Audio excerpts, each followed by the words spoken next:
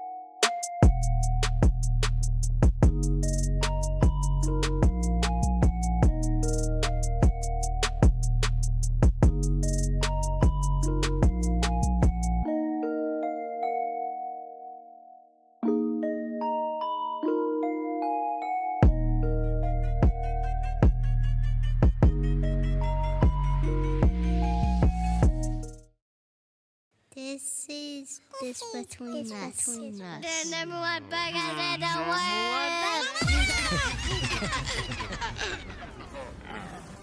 This is the JBU.Show featuring Austin, from the Miller Talk Podcast, ALLAN, the American Sincerest, and now your host, Cam Allen. All right. How's it going, everybody? My name is Chris, and this is the JBU.Show. And, of course, our great president, Donald J. Trump, take that how you will, just finished his first State of the Union speech of this presidency. And as usual, we're going to start right off with a clip of what I would say the highlight of the evening was. And let's just go right to it. If you agree with this statement, then stand up and show your support. The first duty of the American government is to protect American citizens, not illegal aliens.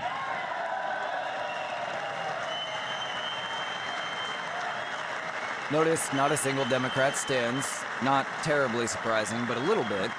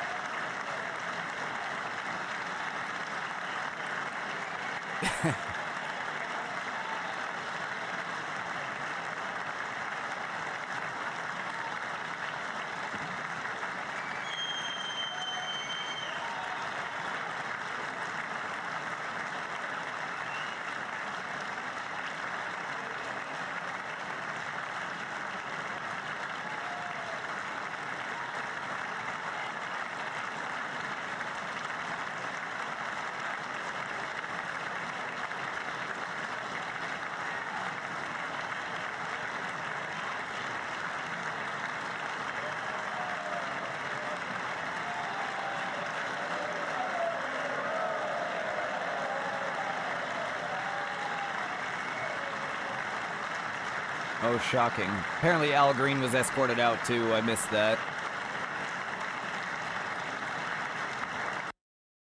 All right.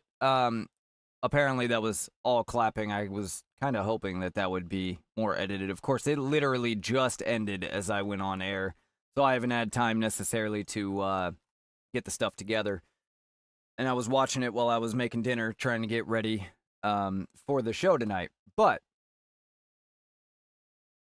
what do you guys think about that in general? Was that a powerful statement, or was it just, nonsense showmanship? I think it does say something that they were unwilling to stand for that. Now, you can say, well, they wouldn't have stood anyway because it's Donald Trump. But, it's a statement that shouldn't be hard to admit, right? The first duty of the American government, and of course you can quibble about the word first duty, but that obviously isn't the time and place to do that. You either agree or disagree with this statement that at least the main duty or one of the main duties of the American government is to its citizens, not to illegal aliens. There should be nothing controversial about that statement. Literally everybody on Earth agrees with that statement. Most Democrats don't. They don't. I don't know why. I just don't get it. But they just can't do it. He goes on a few minutes later to say, these people are crazy. Just kind of funny. But what did you guys think about the speech? There is a Discord link below. If you are not seeing it wherever you are watching, you can go to x.com/JBU_show, and it should be in the description or on the page description, or you can go to rumble.com, search JBU.Show, or you can go rumble.com/user/justbetweenus. I'll share the link in the comments here in just a second, so that way wherever you're watching you can see it. But there is a link for Discord, and you can pop up right here next to me in the Discord. I ask that you keep it, don't be inappropriate, or of course we'll have issues. But if you would like to share your thoughts, you may do that. You can also send me an email directly, jbu@usa.com, or write a comment on any of the platforms, but x.com/JBU_show if you'd like to share your thoughts that way. Did you think it was a good speech? Overall, I give it a B, I guess, just as my initial impression. I haven't really had time to take it in because in the middle of, making dinner and then getting ready for the show and trying to watch it while I'm doing all that stuff. Obviously, I only had time to catch the most important bits, but Trump said a lot of the things that I can't stand that he says. I'll give some examples here in a minute, but just as an overall, he said a lot of things that a lot of people can't stand. I don't particularly care about, as far as his usual boastfulness and exaggerations, and that stuff doesn't bother me. I don't take him literally. But you can definitely see a little bit of the disconnect. But then he also, too, you can see a little bit of a disconnect between him and conservatives, because we've always known Trump is not conservative. He is Republican, he is conservative-leaning, but he's like New York Republican. And we've always known that, right? He's never shied away from massive spending or big government. Or debt in particular, which is not something that conservatives particularly love, but if you agree with, it is what it is. Some of the things that I did really like, though, and did appreciate, was he took the time to sorry, my lips get really dry talking for 3 hours straight. That's why you see me do that constantly. But he took the time to point out, look, we've made a lot of these changes. It's gonna take some time before everything is perfect. I actually have a clip from, and unfortunately it might only be an audio clip, because when I tried to, it's on Hulu, is the only place I could find it. And for whatever reason, when I do the overlay with Hulu blocks the video from actually playing, but you'll be able to hear the audio. And it was Jeffries was on with Democrat Speaker Jeffries was on with somebody on Fox before the State of the Union, and said Donald Trump said day one prices would be down. And it's like, well, yeah, if you're dumb enough to believe that he can actually make those changes on day one, then I guess you might be disappointed.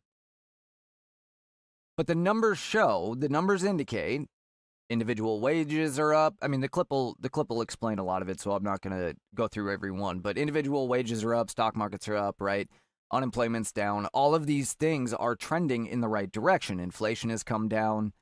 They're trending in the right direction.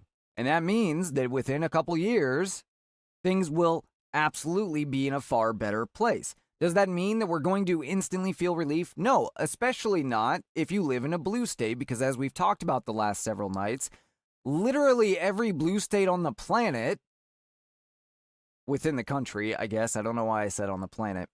Well, I do, because I conflated what I was going to say next. Every blue state in the country right now is raising taxes, and literally any tax that they can under the sun. I still couldn't say on the planet. I don't know.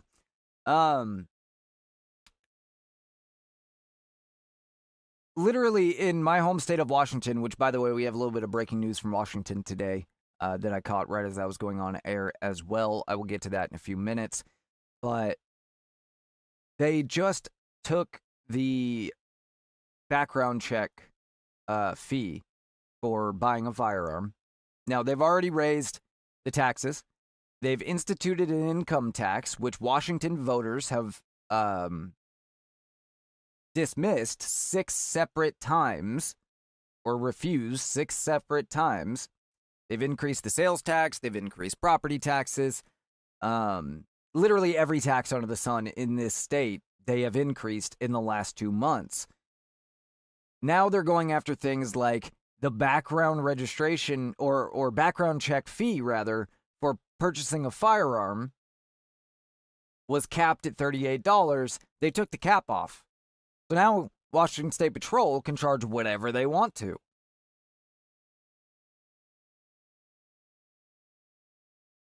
Literally everything under the sun. And so things are getting better. And I mentioned this the other night. If you live in a blue state, you might think, wow, Trump's economy really sucks. It's not this bad in most places. Texas is paying under $2 a gallon for gas. Idaho, right about $2.25. Washington State, I paid $4.29 today. Things are not this bad in red states, and even in moderately purple states that aren't controlled by Democrats.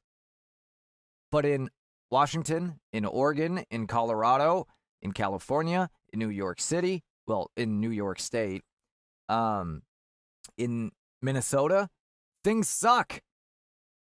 Because it's like Democrats are trying to punish their own people for Trump being elected.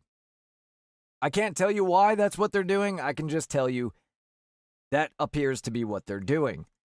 I'm sure, they'll give all sorts of reasons. Really what it is, honestly, that, obviously I'm being a little bit facetious by saying that, but really what it is they won't stop spending. And they have these massive deficits to cover, and even with all these tax raises, they still can't cover their overspending. So what do? Well, just keep taxing people, I guess. I can tell you this, I'm getting the hell out of this state as soon as possible. Unfortunately, I have a family, so it's not something I can just, cut ties and dip like I could if I was by myself. But moving away from the grandparents and aunts and uncles and things like that, it's not always that simple. All of my family lives in Washington, unfortunately, or the vast majority of them. And yes, I'm hated by most of my family because I'm conservative. Not literally, I'm not hated. I am the odd man out being a conservative. There are very few of them in the family. But it's all right. I love my family. Who doesn't, right? Of course, 2 of the loudest voices tonight were ALLAN Omar and Rashida Tlaib. 2 of the most annoying Democrats They continued screaming for like 2 minutes straight at one point when Trump was talking about illegal aliens. I did appreciate, of course, you know, I would always word things different, right? But I'm not discrediting the president for how he words things. But I did appreciate that he did not back off of the problem of illegal immigration, and that he was very straightforward in, you know, the first duty of the American government is to its citizens.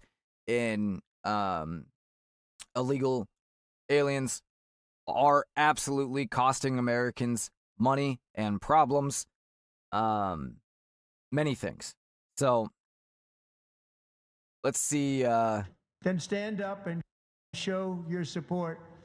The first duty of Let's see. the American. Yeah, that's the same video. I'm trying to find some more clips here for you guys. Inviting every legislature to join with my administration.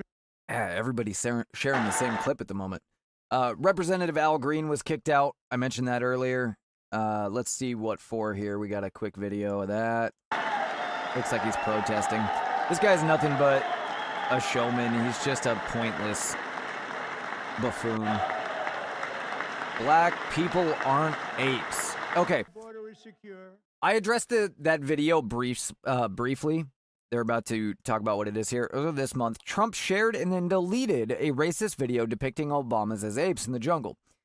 Yeah, it depicted Obamas as apes, and it depicted several other Democrats as various animals. They were all different animals in the jungle. And sure, you can be mad that they picked Obama specifically, but it's a dumb video. But here's the dumb part. Trump did not share the video. I commented on it before and I actually showed the video because I want people to know, you know, what it is exactly is being talked about. And said, the only thing I said on it was, I'm not offended by this. You know, I get that some people are going to be, but it's stupid. It's just a dumb little political cartoon, which have been made for hundreds of years now. Political cartoons go back to pre-Civil War, depicting political enemies as all sorts of ridiculous things and inappropriate things. Grow up. But then I found out later, and never addressed it on the air, that Trump never shared the video. Trump shared a different video, and what it was he shared a screen recording of a different video. And at the end of that video, it automatically scrolls to the next video, right? And it automatically scrolled to the video depicting the Obamas as apes. Now, it was all of a quarter of a second of that video that made it on the end of the clip. And I'm sure that whatever intern took the screen recording and posted the video got fired for it. Probably shouldn't have, but well, maybe. I mean, it was a really stupid thing to do because obviously they were going to do this, and Republicans are terrible at setting the record straight that Trump never shared the video. A tiny portion of the clip ended up in the feed because the video auto-scrolled when it was done and they didn't cut the clip off soon enough. That's it. You want to try and hang that around Trump's neck? Go for it. But don't expect any of us normal people to take you seriously. It's just stupid. And of all the things to argue about, this isn't one of them. And this is Al Green just doing his usual showmanship BS. I think he's been kicked out of every State of the Union, at least that I've watched, at least of Trump being president. I can't say he was kicked out of Biden's, but the man is just just like all Democrats, you know, he's got to have the attention. Let's see.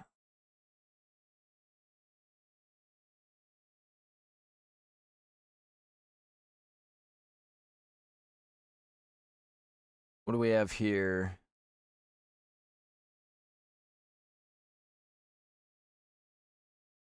Tonight, I'm inviting every legislature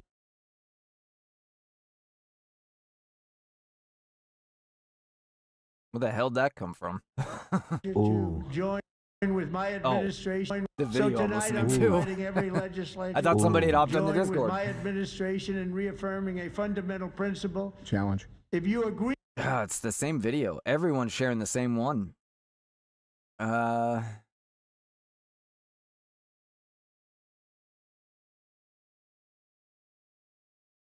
block the removal Here's some criminal of aliens, in Allan many and cases, Rashida drug being lords, murderers lovely all people. over our country. They're blocking the removal of these people out of our country, and you should be ashamed of yourself. I think it's funny that even this lady gets sick of them yelling. I honestly have no idea who that is, but Officials who block the removal of criminal aliens, in many cases drug lords, murderers all over our country. Oh, They're she's wearing blocking the removal of these people. all right, what is she trying to say here? Who block the removal of criminal aliens, in many cases drug lords, You have something. murderers all over our country. They're blocking the removal of these people. I don't know. out I of can't tell our what she's country, saying, and you I should really be don't ashamed care. of yourself. And this is why I covered earlier this month that Jeffries made an ultimatum to most Democrats, which was basically, if you can't keep your mouth shut, don't show up. It's not what I said, it's what he said. They showed up anyway, of course. But I don't know, like, what you're going for. Oh, Trump made another genius move, and hopefully we'll get a clip of it here pretty soon. But he made a genius move and a funny joke regarding the Profits for Politicians Act, or whatever it's called, the Insider Trading Act for politicians. And he said that insider trading by Congress needs to stop, and that he's calling on Congress to stop it. Well, of course, Democrats don't want to be seen sitting for that, so they stood up to clap. And he looked over, he said, wow, you guys stood up for that one finally. I'm impressed. And then he said, where's Nancy Pelosi? She didn't stand up, did she? Pretty good. I thought it was pretty good. I get it. I'm amused by stupid things, but I thought it was pretty good. I forgot to tell the leftists we were on, by the way. Give me just a quick second here. And let's let Blue Sky know we're here, so that way they can come on and argue with me as well if they would like to.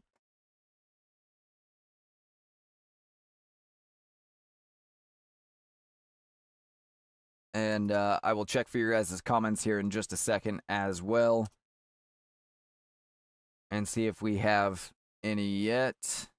I know you guys are pretty shy, so we don't often get people wanting to participate, and that's fine. If you just want to watch, I'm here to provide you content. I'm not trying to make you provide it. But I would like to hear from you guys on certain things. Like tonight, what do you think about it? Was it worth it? I mean, did this end up being a State of the Union for the history books, or was it just a flop? I don't think it was a flop, but I wouldn't necessarily say it was one for the history books. I think that Trump did a decent job, but I think that he also made some mistakes. So one of the things that I was really didn't like, one of the things I was really not okay with, was that he said we will never, and I understand why he said it, because he's trying to combat a lie from leftists. But he should have he has the stage.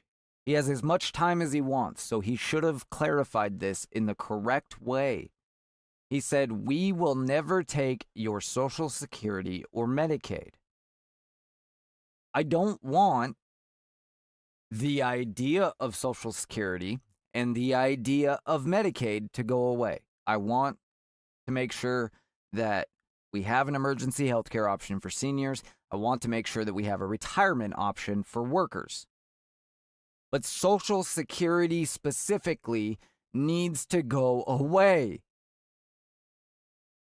and we need to roll it into something else. If we just force people to pay into a 401k instead of paying into Social Security, minimum wage workers would have $1 million retirement accounts. Literally. I've done the math before. I've done the math on the show. Granted, that was before we were live, so maybe I'll do it again so you can see. But minimum wage workers, the amount of money that they pay into Social Security and get back like $15,000 a year for 20 years would be able to get back $100,000 or more for 20 years when they retire, if they were paying into a 401k instead of the same amount that they're paying into Social Security. Why? Because Social Security is a Ponzi scheme. Literally, it is designed as a Ponzi scheme. It is relying on more workers today than people retiring. That's how a pyramid scheme works. You need more people to invest the next time around than you're trying to pay out this time. And then when you go down again, you need more than that. And so on, which is why it always collapses, because eventually you don't have a bigger pool. We're getting there with Social Security.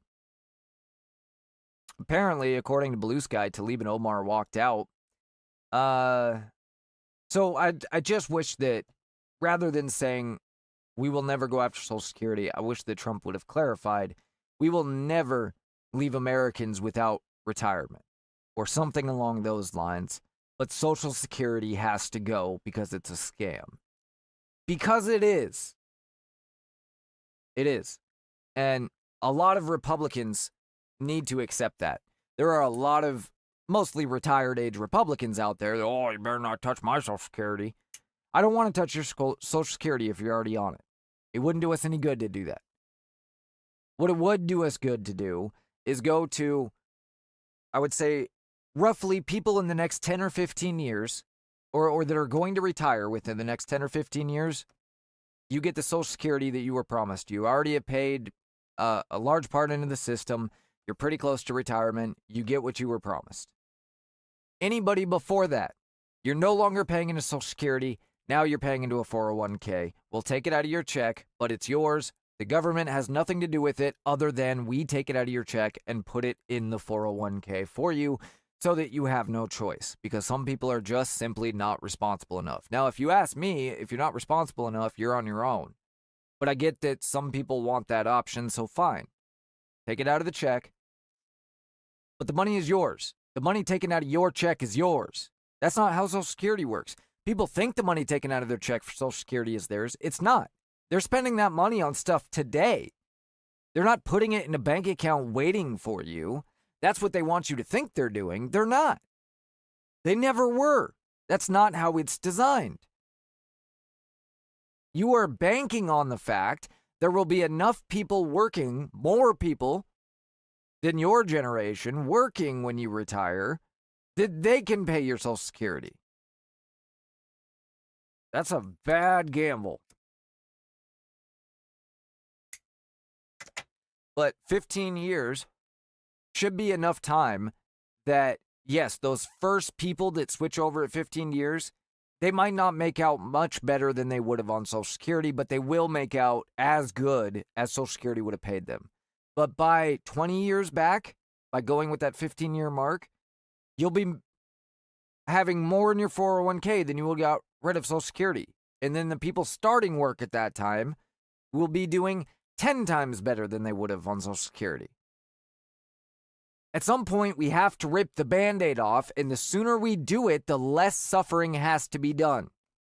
If I am one of those people where I get screwed because I'm right at that 15-year point, and so I either get forced onto Social Security anyway, or won't get a huge windfall because I'll only have 15 years of going into a separate 401k, I'll accept that. Because ultimately, my children won't have to pay into a scam.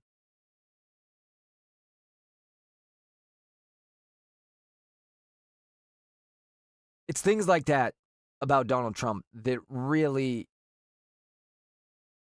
really bother me.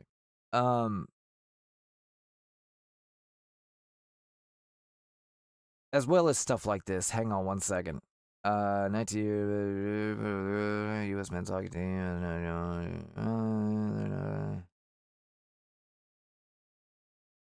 Okay.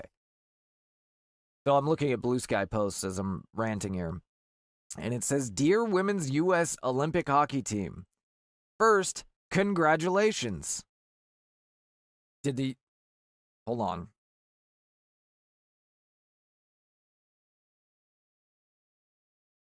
I read this wrong, so I want to make sure I'm right first.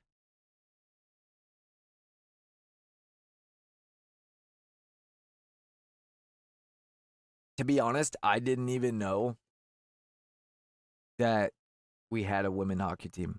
Nobody watches it. Sorry. Apparently the women's Olympic hockey team won the gold medal. That's cool. Good for you. I'm glad. And yeah, you know, could we have mentioned that at least? Probably. Is it misogynistic that we didn't? No. Was hockey the only American male sport that won? No.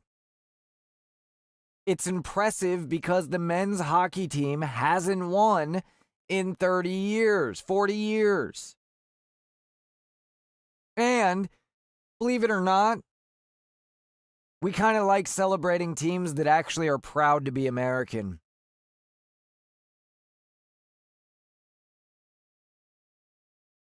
But this is what she said. She said, first, congratulations. Second, I drove race cars for 19 years, and the amount of misogynistic crap I put up with in the garage was insane. Yeah, I'm sure. U.S. men's hockey team has now shown their true colors. Believe them. They're not friends of your team or women in general. I'm so tired of this misogynistic crap in sports and everywhere else in American life, to be honest. The patriarchy sucks. Grow the fuck up and hand the keys over to the ladies. Maybe it's time we drive. No, it's not. It's not. Because you still act like we have a patriarchy. And if you're that fucking stupid, you shouldn't be driving shit. And bullshit, you face misogyny for 19 years as a female race car driver. If you face misogyny, nobody would have let you race. That's misogyny. Nobody watches women's hockey. Not because I hate women. I fucking love women. I just don't watch women's hockey. I don't watch men's hockey either. Often. I actually enjoy going to hockey games more than I enjoy going to other sports because no other sport do they get into fistfights. But, well, I guess fighting. But I'm just not a big sports guy in general. But again, the men's hockey team hasn't won since the 1980s. That's why it's a big deal. I'm not sure how long it's been since the women have won. The fact is, nobody watches it, so nobody knows. I guarantee if you ask the average American, is there a U.S. Olympic women's hockey team? Most Americans would say, I have no idea. Is it fair? Maybe not. Maybe it's not fair. Does that mean it's misogynistic? No, it doesn't. It's just true.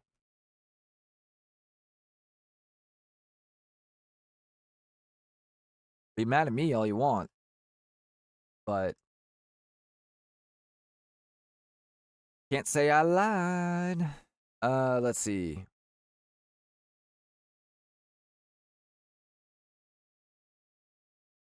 Last time U.S. women's hockey team won before 2026. I usually have to relight my cigarette this many times. Last time the women won was 2018. I bet you, let's see, this victory ended a 20-year gold medal drought. I bet you in 2018 we celebrated because it had been 20 years. Again, many other men and women won gold at the Winter Olympics for the USA. They didn't get award, or they didn't get celebrated at the SOTU either, the State of the Union address. Doesn't mean that they're hated. X.com/JBU_show. Don't forget to watch the show on Rumble or X primarily, please, because they don't censor us. All right. I also want to talk a little bit about Instagram tonight. I've been trying to live stream us to Facebook and Instagram, and because of that, I've been on them more than I usually am. But they have, they're pretty good at making it difficult. So,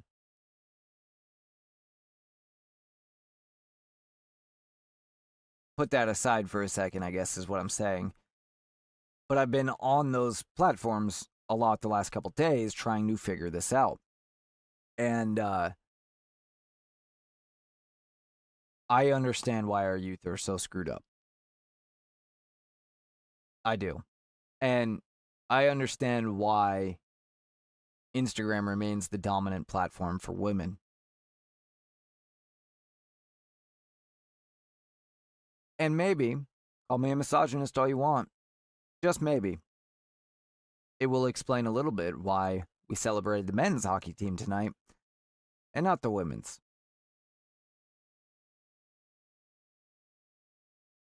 Maybe it has nothing to do with each other. I'm just saying. Maybe. We'll talk about that here in just a minute. We have a couple tidying up news stories to do from earlier in the week as well, including the story about West Virginia supposedly introducing a bill to allow selling machine guns to U.S. citizens. I'm all for that, of course. Matter of fact, well, actually, not just yet here. Hang on. Let's see if we can get another video here real quick going for you guys so that I can get the next stuff lined up. Since we're talking about the Olympics, let's do this one right here. Hopefully it's long. Do you think this is the lady, I forget her name, hang on.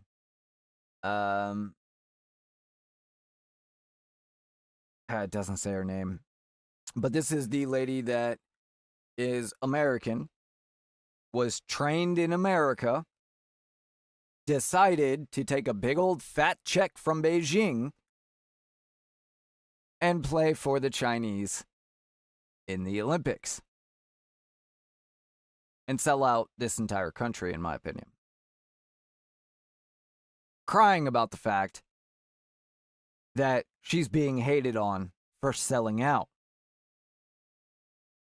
And the fact that karma bit her in the ass and is doing a terrible job at the Olympics. Think before you speak, because you answer questions so quickly and so comprehensively, whether it's about geopolitics or your sport or aerodynamics. Like, can you take us into your brain? Thank you, Charlotte. That's very kind. Was it? That was very kind? Oh, man. Do I think? I think overall, I'm just a pensive person. Like, I'm an introspective young woman. Like, I spend a lot of time in my head, and it's not a bad place to be. I journal a lot. I break down all of my thought processes. I think I apply a very analytical lens to my own thinking, and I kind of modify it at all because it's so interesting. You can control what you think. Like, you can control how you think, and therefore you can control who you are. And especially as a young person, like I'm 22, so with neuroplasticity on my side, I can literally become exactly who I want to be. How cool is that? Like, how empowering is that, right? And so the fact is, I get to become every day the kind of person that me at age 8 would revere. Like, I would be obsessed with me today. Are you kidding? I would love me. And I think that's the biggest flex of all time, that you can have like little younger you be proud of you today. And so I guess for me, it's like, yes, I spend a lot of time in my own head. Yes, I think a lot, but it's not really like in an egotistical kind of way. It's in like a tinkering, like a scientist kind of way. I'm always like trying to modify. I'm trying to think, how can I be better? How can I approach my own brain the way that I approach my craft of free skiing, so that I can be better tomorrow than I was today?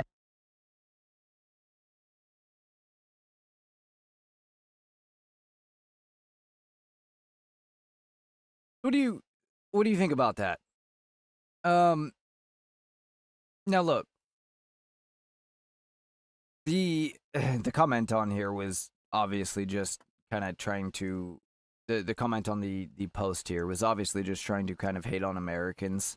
And this is what it said.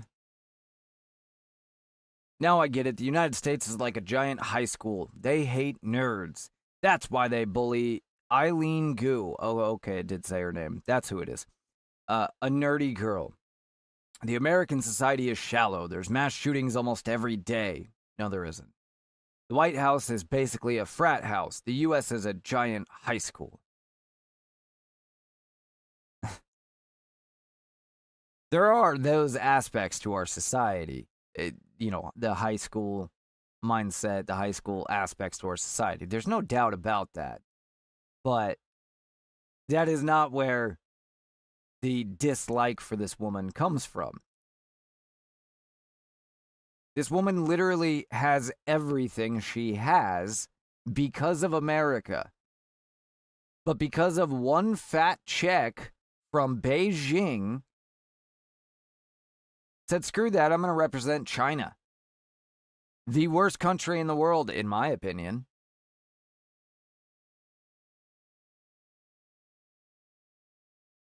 And then proceeded to do a terrible job.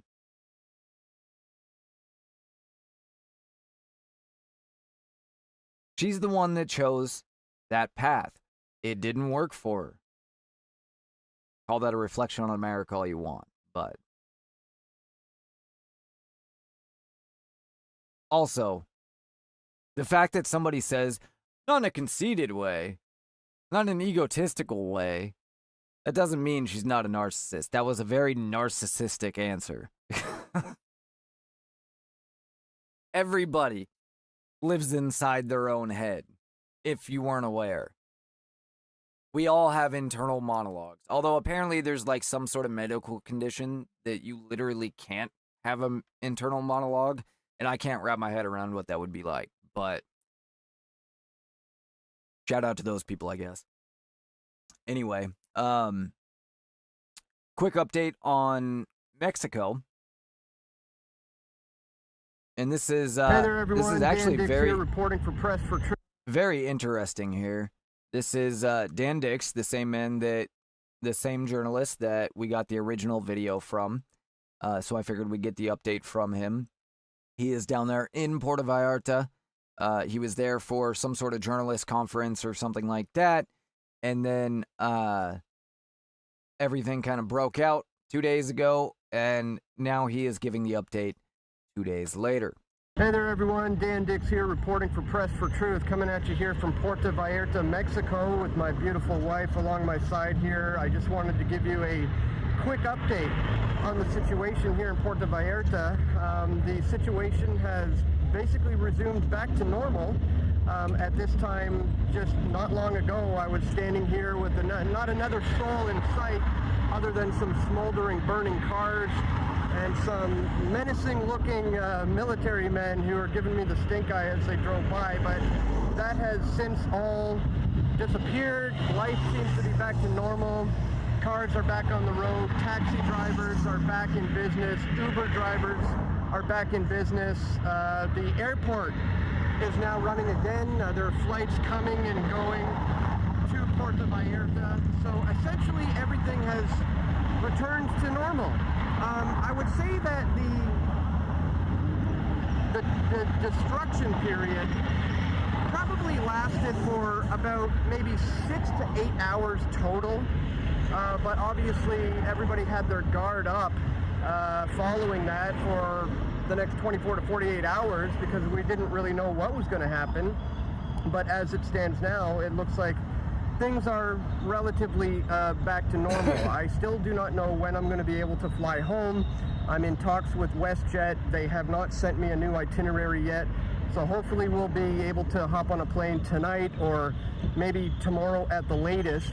A little bit unfortunate for us in the sense that we've had to dish out some multiple new expenses for being forced to stay at the particular hotel we were at for a few more days, and our data charges on our phone are racking up, and I have my car parked at the airport back in Vancouver that I have to now extend by multiple days. So people have asked, how they can help pitch in to help us recover some of these costs, and you can do that at pressfortruth.ca/donate. Have they asked you? But I mean, that's greatly appreciated. I mean, that's it's fine. Not the most important thing. We have to Americans remember are very that generous people people, and that's Mexico great. have But gone through I think the journalist who's on a business trip people's lives probably have be been okay. completely changed over this, and I don't think it's necessarily over. Yes, No, the situation it's not. seems to have returned back to some degree of normalcy. However, you and I both know how the government operates. They will not let a good crisis go to waste. They will use order out of chaos as their modus operandi, and they may very well, in the coming days and weeks, use this event to clamp down on the rights and freedoms of the Mexican people. Did you notice he's standing in the middle of a busy-ass street? Digital ID around here, upping the Big Brother surveillance state All on right, the guy, wrap it Mexican up. people. So we have to remember, yes, things have relatively returned back to normal, but the situation is far from over. Again, we have to pray for the people of Puerto Vallarta whose lives have been changed by this. But I just wanted to give you a quick update to let you know we are okay. We are safe. I want to thank everybody who's been sending me emails, messages, comments, sending their thoughts and their prayers. It's truly gratefully appreciated. It really does mean a lot to us. So I just wanted to jump in here today and let you know that we're safe. All right. Thank you for that, Dan Dix. I am glad that he's safe. And like I said, I think that 90% of the news outlets got this wrong. I think that there was no retaliation by the cartels. I think that when news got out that the military was conducting a raid on the NG or whatever it is, CJNG cartel, I think that there were cartel members that knew that their job was to go and block the roads in order to hinder any further progress if there were raids to continue. What's interesting is the cartel expected more raids to happen, not just the one, which is why they went and blocked all the roads with trucks and then set a few distraction fires at busy businesses like Costco. And that's to tie up emergency services so that they can't be used to go after the cartel, right? The goal is more, if you set a busy Costco on fire, for example, then not only the fire department, but police and stuff are going to have to respond to that as well and thin out resources. There was no mass killings that took place. There was no mass destruction that took place other than all of the buses that were burned in the roadways. All that happened really was that there were roadblocks set up in multiple places. And as we saw from Dan Dick's videos, it was on main arteries, for example, there was a lot of them on the same road. And I think that that's because that was what they were supposed to do in response to a raid.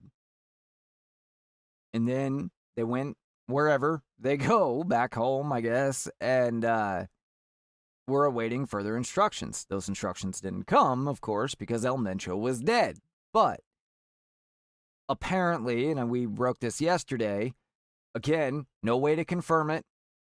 This is not the type of thing that is, really at all confirmable until U.S. intelligence says it. But apparently, El Mencho's stepson, who is an American citizen that lives in California, or at least did, was announced the new head of the cartel. We played a video. I don't speak Spanish. I can't tell you what the video said.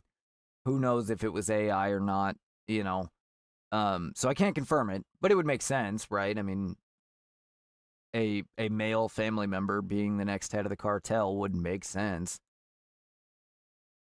But there was no attacks on people. And so I don't think it was retaliation. I really don't. I think that there was a lot of hysteria made for no reason. it also says something that life is back to normal a day later. It says one of two things.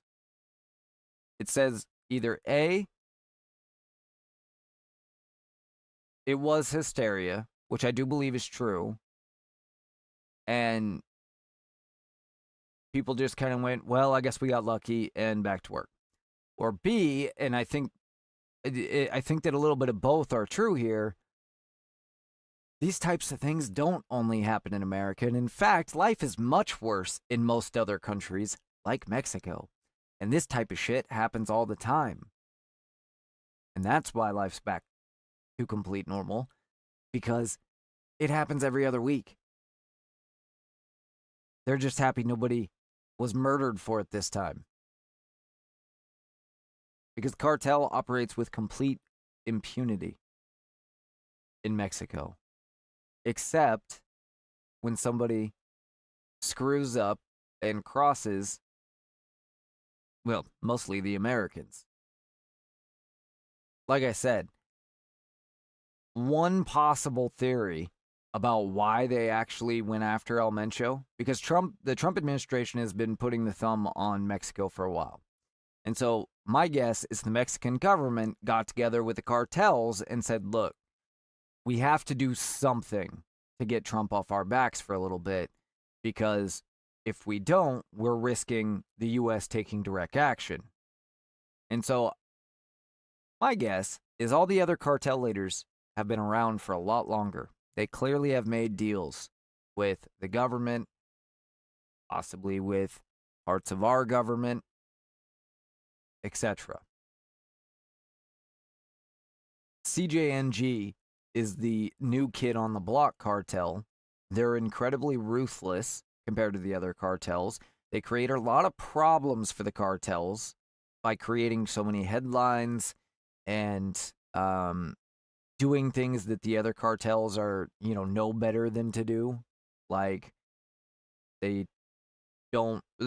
example, they wouldn't have a problem killing a Border Patrol agent. Most of the other cartels do their best to avoid doing those things because they know if they cross the line, America will come down heavy.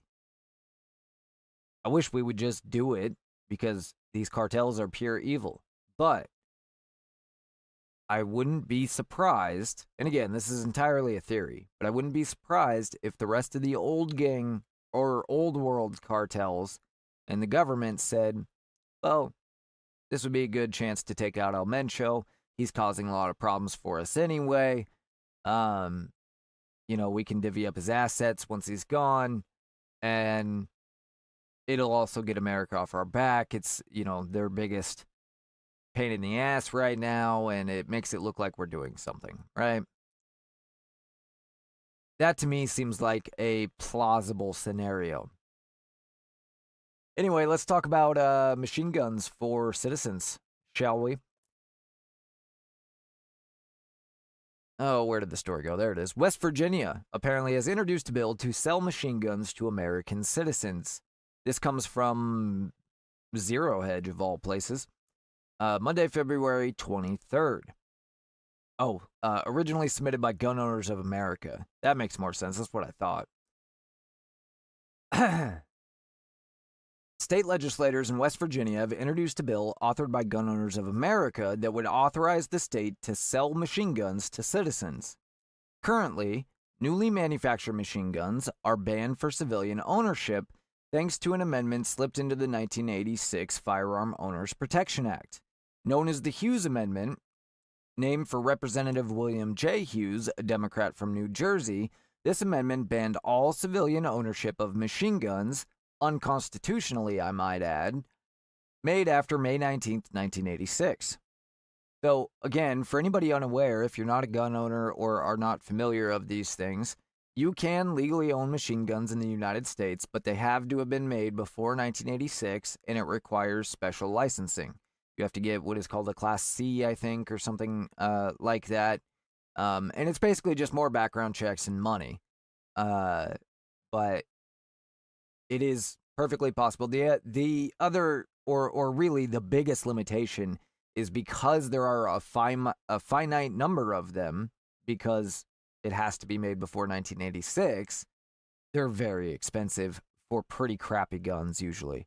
A clapped out M4 that has a fun switch on it that is legal, you'll pay between $10,000 and $15,000 probably just for that lower. Now the good news is it is an M4, so you can put a different lower on it, or an M16. You can put a different upper, not lower, sorry, on it. But they're generally pretty beat up guns. There are some good ones out there, of course, but the better the gun, the higher the cost. You know, an old Ma Deuce is going to cost you something like 30 on up, 30,000, that is, on up. A Mac 10 might cost you 15 to 20,000. A Mac 10, one of the worst guns ever made. And look, they're cool, they're reliable, all that, but the whole design of it is stupid, and it's a terrible gun. And these were popular on the streets only because they were dirt cheap. Now it's very expensive. Old grease guns, Thompsons, MP40s, those types of things are going to be in that $15,000 to $25,000 range. Of course, there's historic value to some of these as well, but most of them are going to be between $15,000 to $25,000. We'll put it that way. Just for an entry-level automatic weapon that's legal. You're much better off if you want something that shoots near full auto, just getting a FRT, which are now legal, as they should be, because FRT is not fully automatic. It is, in fact, semi-automatic. Just damn fast semi-automatic. Interestingly, though, the article continues, or rather, while machine guns, the article continues, made and registered prior to the ban date can still be transferred, the law of supply and demand has created a massive disparity, as most ordinary Americans simply cannot afford these sought-after items. Interestingly, though, the language of the Hughes Amendment specifies the machine gun ban doesn't apply to the government. I wonder why that is. Which includes state and local governments. Specifically, 18 U.S.C. Section 9220 reads, this subsection does not apply with respect to a transfer to, or by, or possession by, or under the authority of the United States or any department or agency thereof, a state, or a department, agency, or political subdivision thereof. So what they're saying is, well, this means that if the state sells the machine guns, it's perfectly legal. Fine by me. Not a big fan of the state being the one to sell them, but if that's how we get around an unconstitutional law for now, works for me. Well, at the Gun Owners of America had a thought. What if the state wanted to sell machine guns to their citizens? That is, what if they were to engage in a transfer by a state? That certainly would comport with historical tradition in the United States, where governments have sold military arms to civilian populace since the founding. In fact, as I've mentioned many times before, in 1787, 10 years after, or 11 years after the writing of the Constitution, the government required all able-bodied men ages 18 to 45 to own a gun. Required by law. All able-bodied men 18 to 45 to own a gun, a certain amount of ammo, a certain amount of gunpowder, and much more.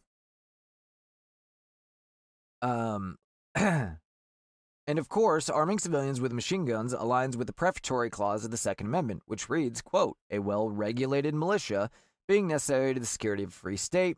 I promise I won't get into it in detail again, but I will specify once again that the word regulated, as used in the Second Amendment, as used in the year 1776, meant well-armed, well-appointed, well-trained. It did not mean well-regulated by the government. What could be a better and more of a well-regulated militia than a citizenry armed with machine guns? According to 9220, a state government may lawfully transfer that is, sell, give, loan, etc., machine guns to ordinary citizens. And after the transfer is complete, those citizens may lawfully possess them, so long as the transfer was made by the state government.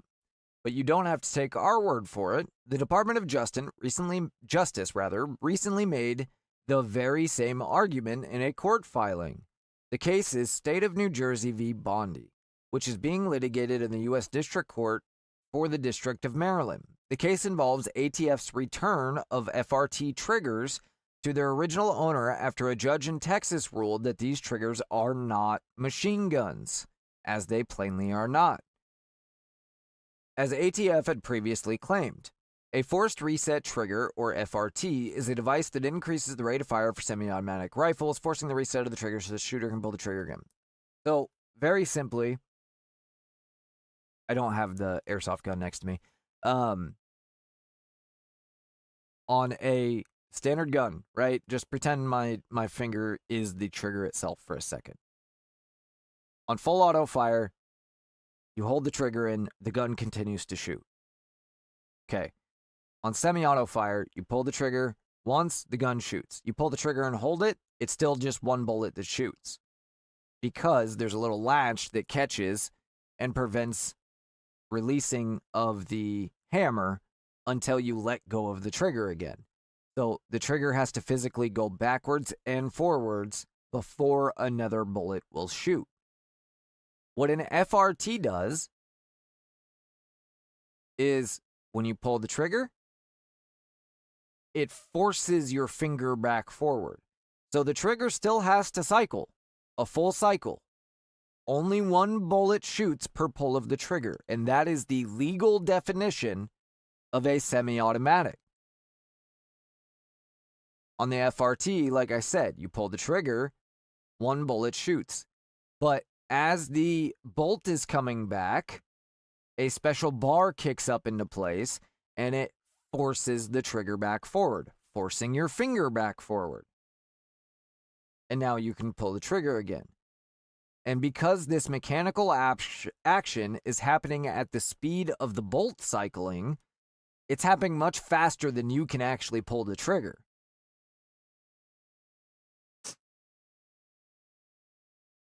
It's not technically full auto fire, but it is approaching it.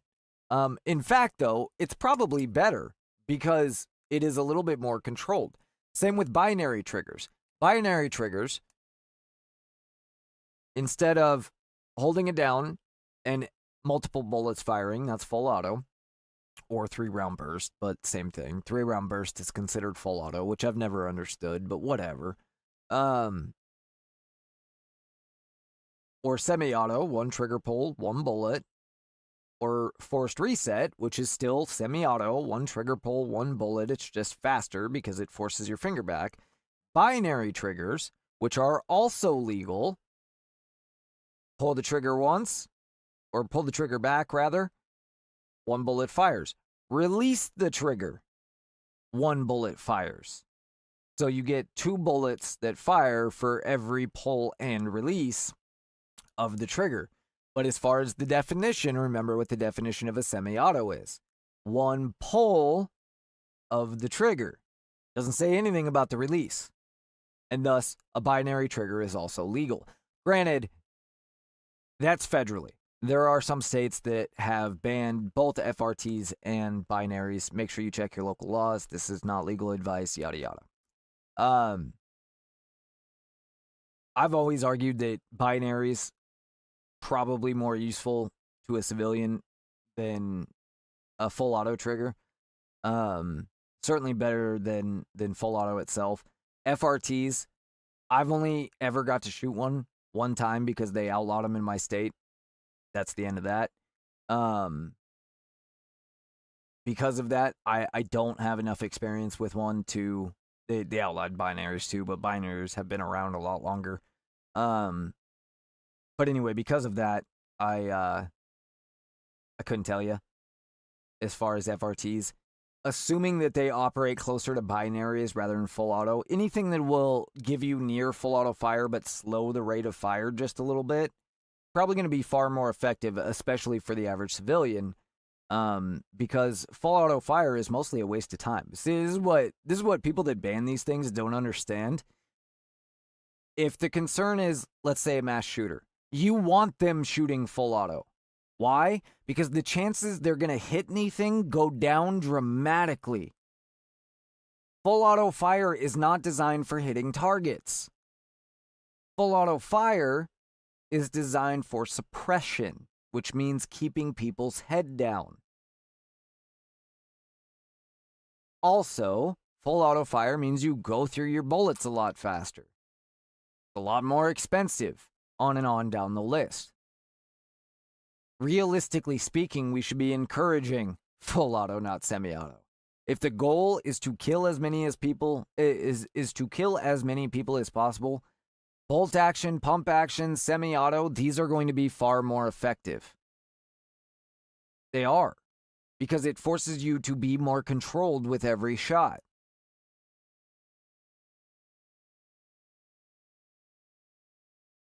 That's my opinion. Let's see. The FRTs were at one point classified as machine guns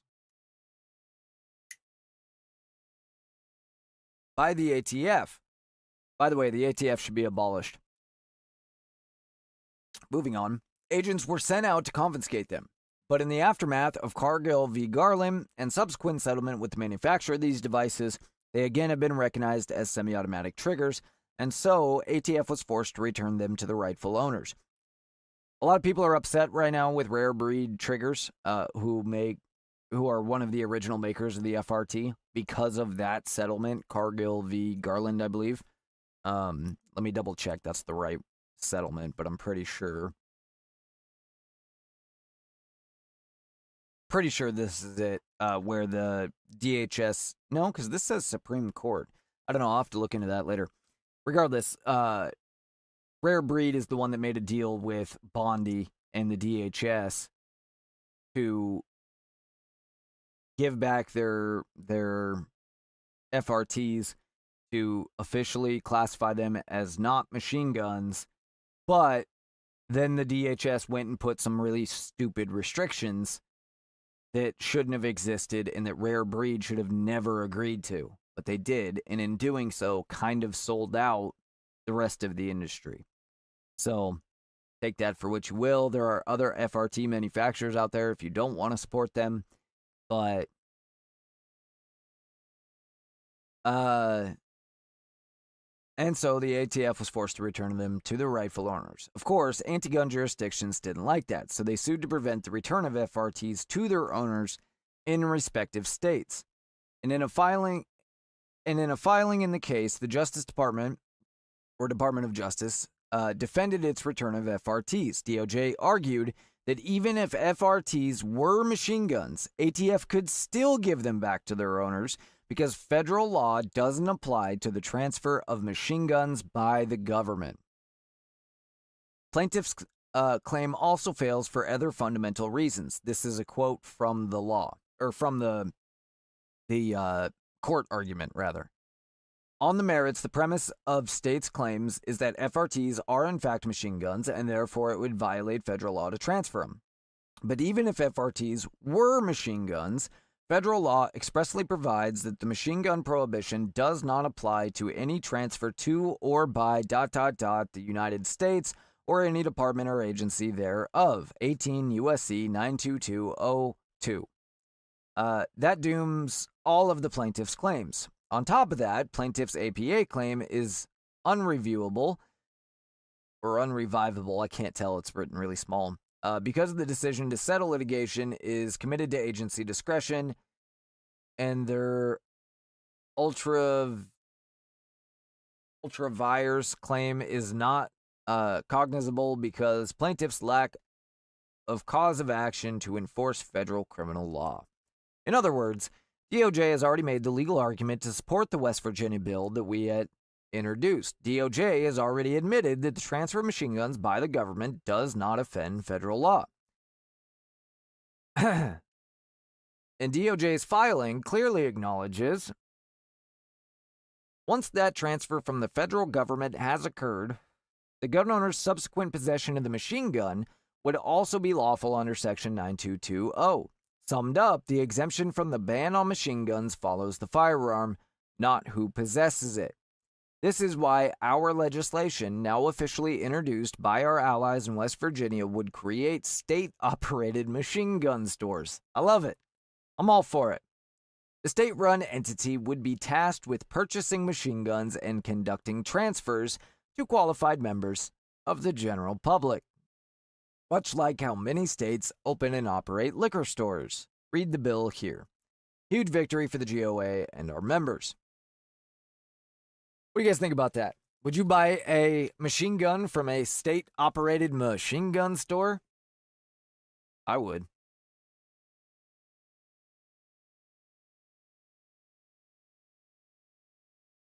It's always good news, bad news when it comes to gun laws. While there are good news in some gun laws, there is also, of course, always bad news around the corner in another state. But at least for now, we get to talk about the good news. So that's awesome. All right. Let's see what's next on the list here.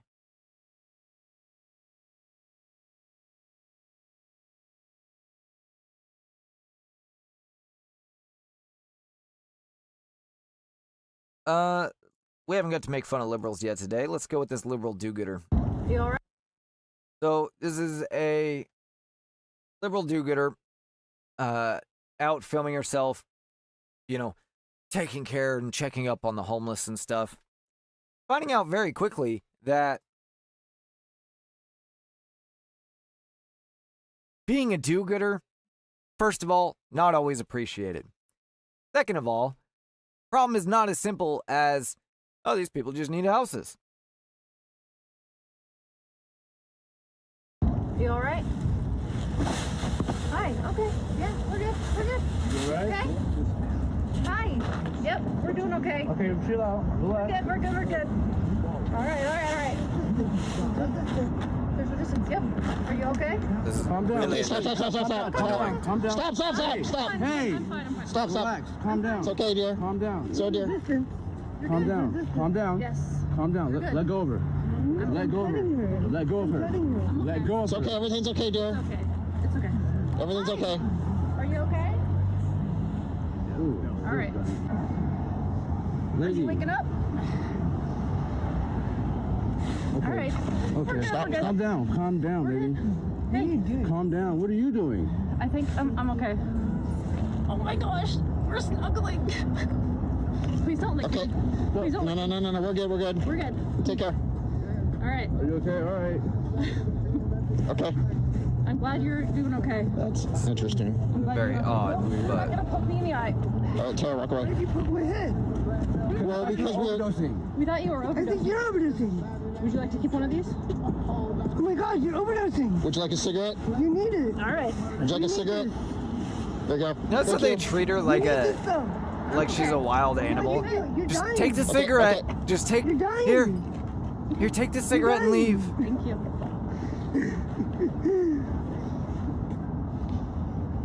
Okay. You're all right.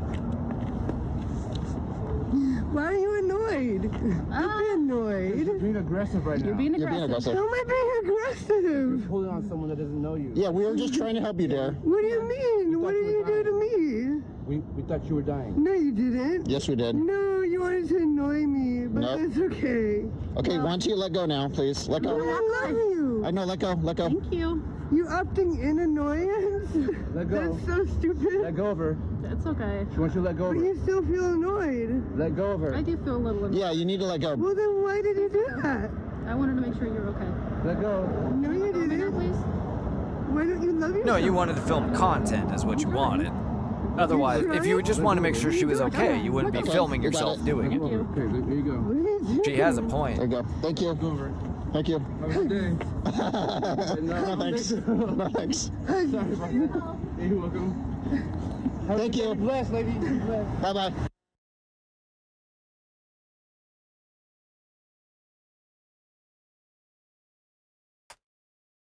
What do you even say? I mean, first of all, quit filming yourself supposedly doing good deeds. You're not fooling anybody. Second,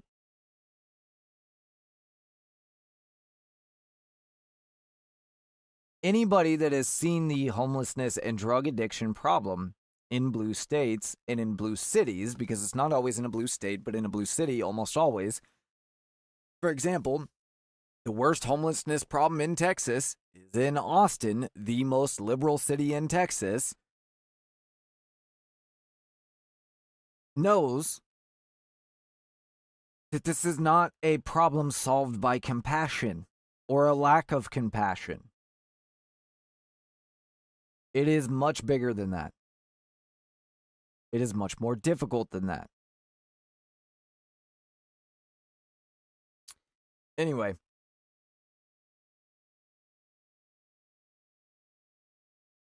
It's just, it's awful tiring, but whatever. We have a list here of that somebody posted as the 10 worst people in America. I'm going to give you my opinion on the list, and I want to know what your guys' opinion is on this list as well. Number 1, Tucker Carlson. I wouldn't have put him at number 1, but I don't mind him being on the list by any means. I don't know what the deal is with Tucker Carlson. I don't know what happened to him since he has left Fox News. And like, it seemed like things were really good because it seemed like when he left Fox News, okay, great, the reins are off. He no longer has anybody telling him what he can or can't say. You know, like it seemed like things were about to get very good. His first couple episodes out were good. They were honest. They were straightforward. And then he did the weird shit in Russia. He did the interview with Putin, which I thought was fair and straightforward. You know, a lot of leftists, of course, criticized it. And some people on the right weren't quite sure how to take it at first because he didn't immediately jump all over Putin. And he shouldn't have. First of all, he's a guest in that country. Putin could literally throw him in a gulag. So obviously you wouldn't expect him to. But even so,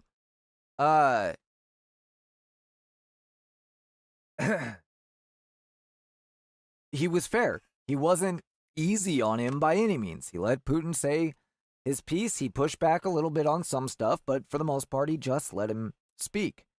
Which is fine. Nobody else was doing that. It was nice to let him speak. Do we believe everything that Putin said? No. But it was good to hear from a Russian perspective the way that they saw things. And he seemed rather rational and balanced compared to what he's described as by our media. But then he went and did the weird video about how great Moscow was and stuff. And look, there are certain, every country has some things that are pros about it. But there is no question that there are a lot of negatives in Russia too. Is it a much better place than it was under Soviet control? Yeah, overall, it is a much better place for the Russian people than it was under Soviet control. It's still a bad place.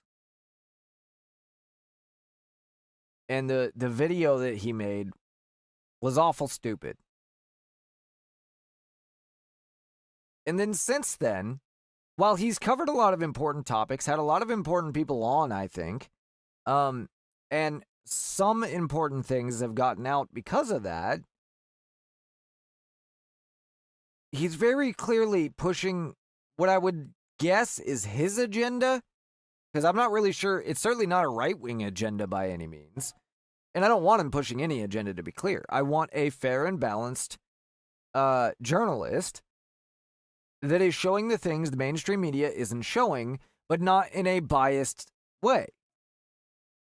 But there pretty much is no stronger bias than Tucker Carlson at this point, where he's having people on, putting words in their mouth damn near when they're not being as radical as he'd like them to be on whatever the topic is, and then completely ignoring blatant and obvious facts that his guests are just overlooking. Like when he had I forget. I honestly don't remember. It was a while back, but it was one of the episodes that I saw that I was like, yeah, I'm just not wasting my time with this stuff in general anymore. I occasionally tune in depending on the guest and we'll watch some of it, but it was Palestinian, a female Palestinian. I want to say she was a priest or nun or whatever a Muslim equivalent of a nun is. And she's, talking about Palestine's plight, but clearly ignoring like blatant obvious facts that don't undermine everything she was saying, but undermine some of it very clearly. And he's just, like, come on. You got to push back when it's that obvious, when it's that blatant of a lie. It's fine to just let people lie. But the problem is, because, if you're just going to be a completely neutral journalist, let people tell their lies and just report on those to the people, fine. I don't buy this left-wing thing where a journalist must fact-check, because the fact checks always come from a bias anyway. Let them lie and we'll decide. That's fine. But that's not what he does. He helps them lie. And I don't understand why. Like, I don't understand what happened to the man. Anyway, I'm fine with him being on the list. I probably wouldn't put him at number 1 because I'm not sure that he's that influential anymore. He's kind of screwed himself.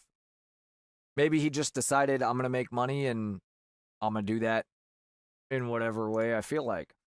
Maybe that's all it is. I don't know. I do know that his dad was a CIA propagandist, and I have my suspicions that maybe that's why. But I digress. Number 2, Candace Owens. Again. Yeah, I might put her on the top 10. Probably wouldn't put her at number 2 because as terrible as she is, as just absolutely bonkers as she's become, does she have that much influence? I don't think so. I really don't. Maybe, but I just don't think so. Oh, good. Democrat response is finally trending, so we can see what they have responded to the State of the Union here.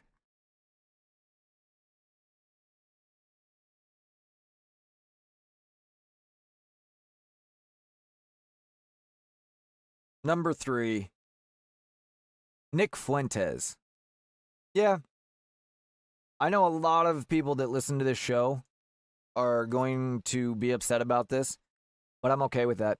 I don't think he's very good for... I see, I'm conflicted with this one. Has he provided something to the conservative movement, even if it's, okay, we don't want to do that? Maybe. Overall, he's a negative to the conservative world. And probably to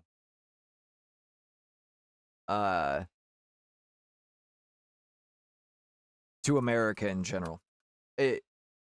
What I have learned about him is that he's a young guy, kind of ignorant, never had any serious relationships, and he's just kind of young and dumb. So he says some dumb things a lot, and that's fine, but I think that, he might become less insufferable as he gets a little bit older. But I don't know, there is something to the fact, though, that our representatives often don't represent our desires. Sorry, as you can tell, I'm doing 2 things at once.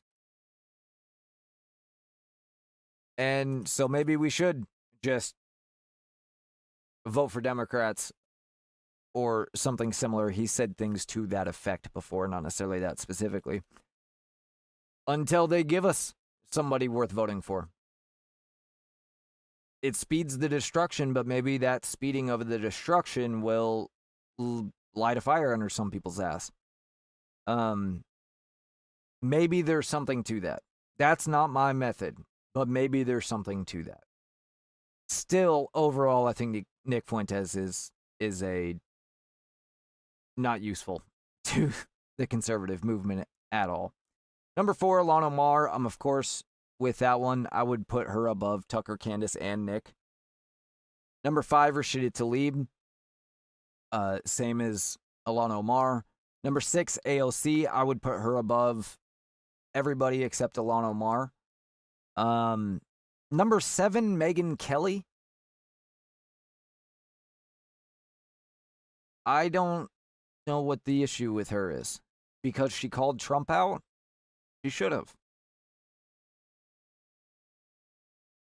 He deserved to be called out.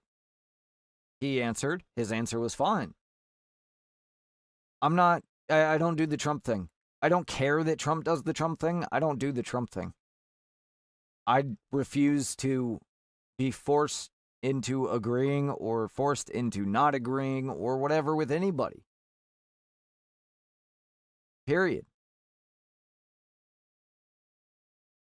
I personally have never seen anything from Megyn Kelly that is a problem, so I'm not sure why she would make the list. But number 8, Bernie Sanders.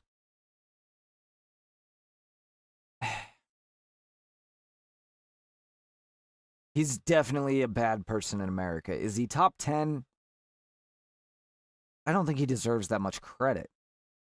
Then again, two of his staffers have tried to kill people. One of them almost took out all of the Republican members of Congress. So maybe there's something to that. We're going to check that out too. Number 9, Elizabeth Warren. Too much credit. Nancy Pelosi. Sure. Elizabeth Warren, too much credit, although she is terrible. There's no doubt about it. She's terrible. Number 10, Adam Schiff.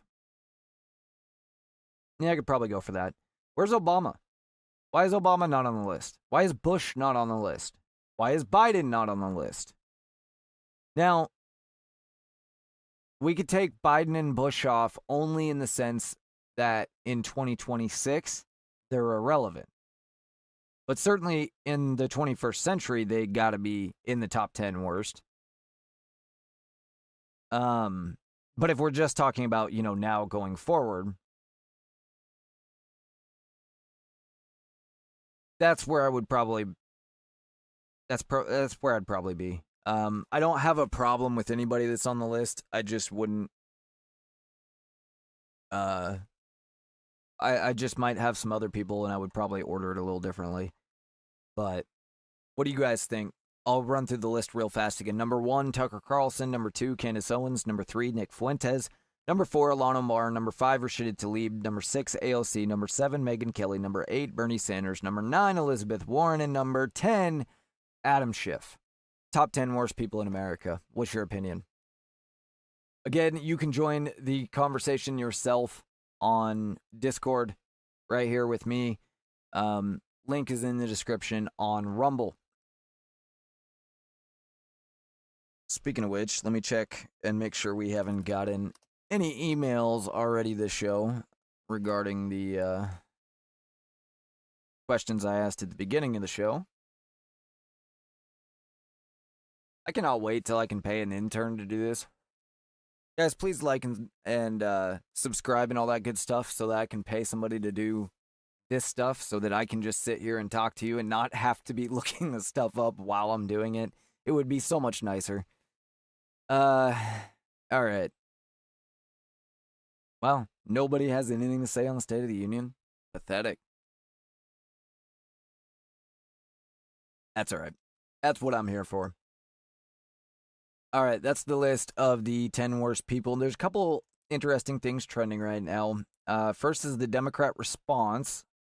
And then how do you not stand is trending, and that's from a few different moments at the State of the Union where Democrats refuse to stand, including the first duty of the American government is to its citizens.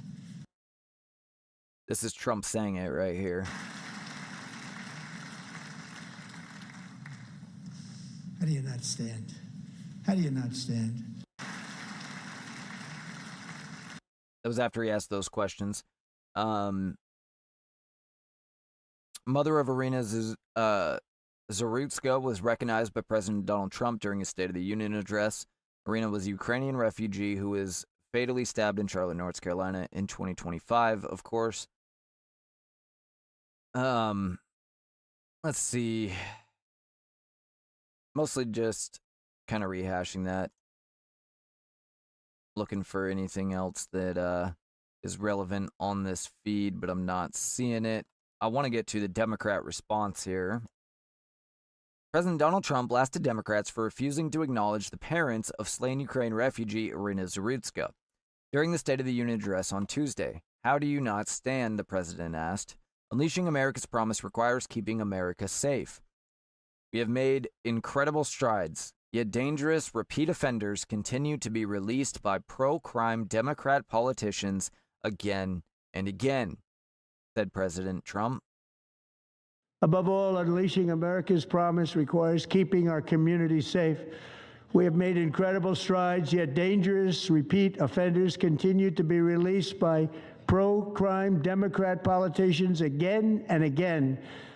We are honored to be joined tonight by a woman who's been through hell, Anya Zarutska.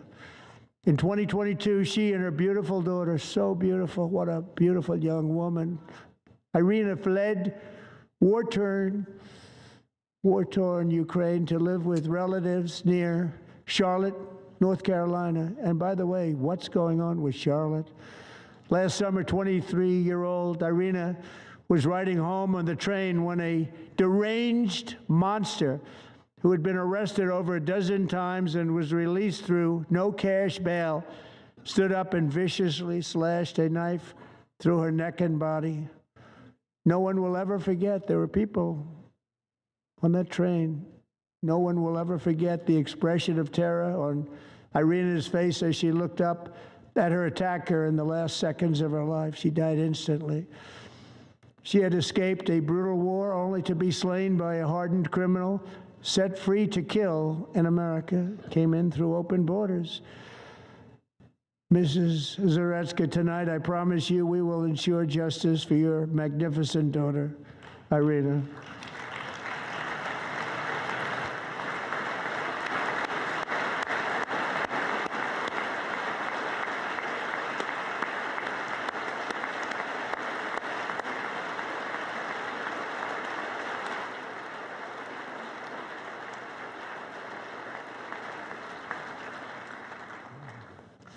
How do you not stand?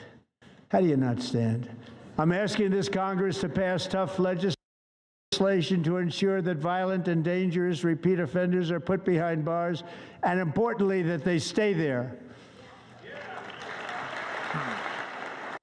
Since we're talking about it again at the moment, well, let me finish the article. We are honored to be joined tonight by a woman who's been through hell. We just watched that, so I won't reread it all. President Trump went on to say, yada yada, Trump's remarks were met with a standing ovation. Democrats, however, remained seated, refusing to acknowledge the president's promise to the 23-year-old's parents. How do you not stand, he asked. All right.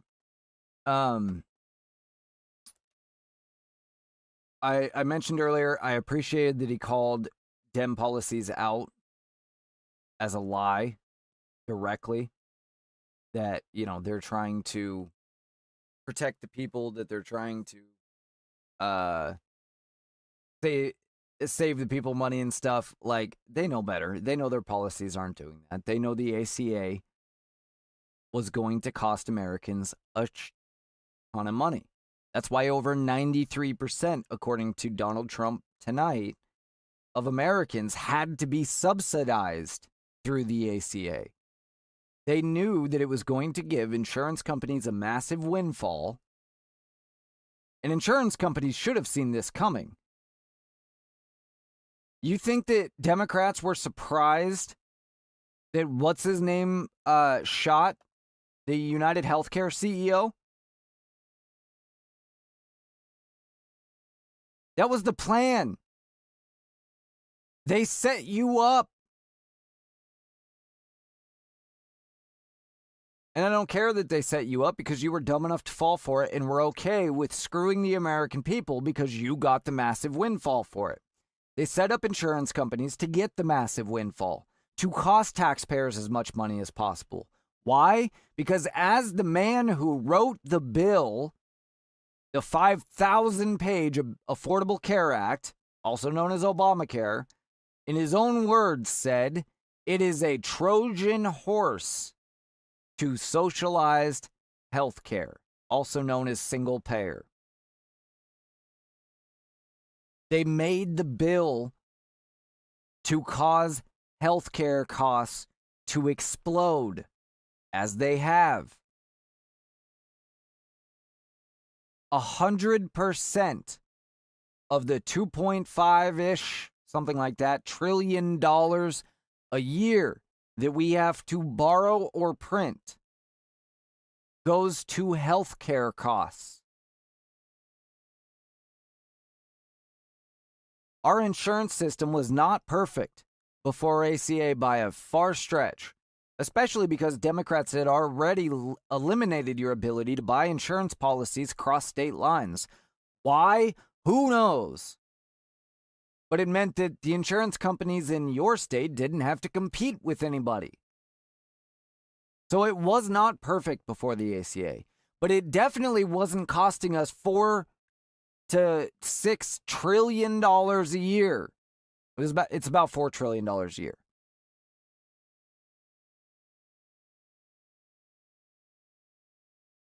That's on top.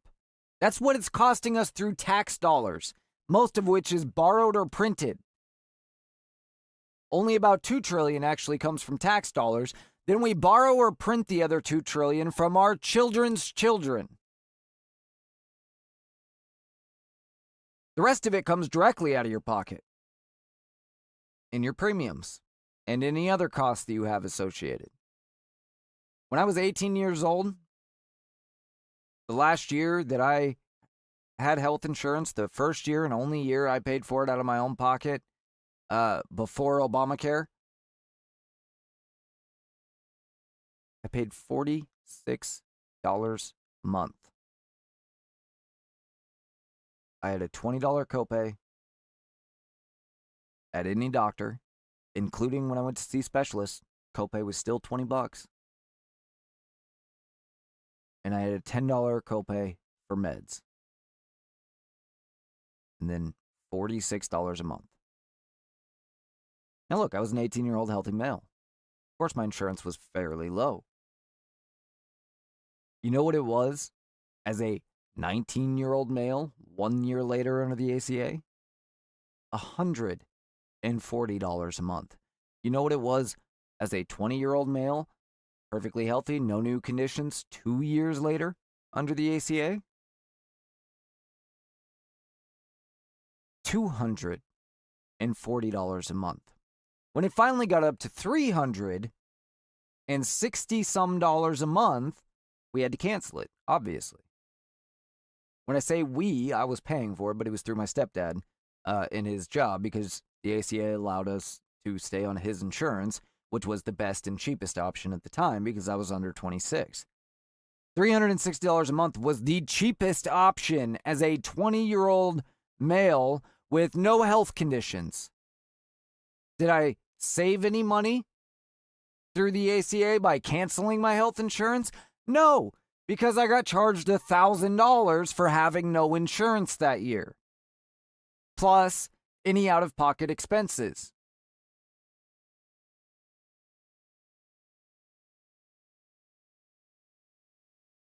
You know how much a doctor's visit would cost you if we just got rid of all insurance? You know how much a doctor's visit would cost you? Cash? $50. Maybe even less at a clinic.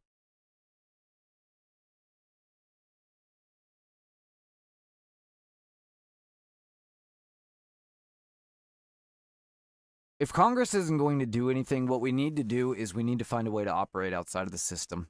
We need to find a way to just have cash-only medical systems. If you're a doctor, get together with other doctors, create a cash-only service. Make it as affordable as possible so that people don't have to pay insurance and can just go to you.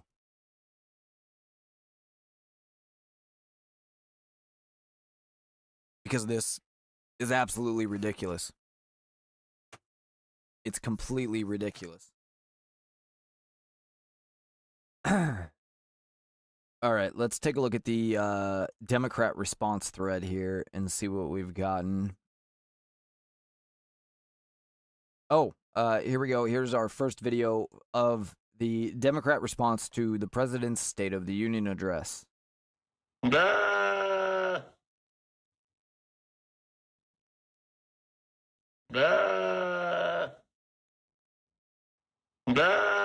There you have it. As usual, a completely uncompelling message. I don't know why they waste their time.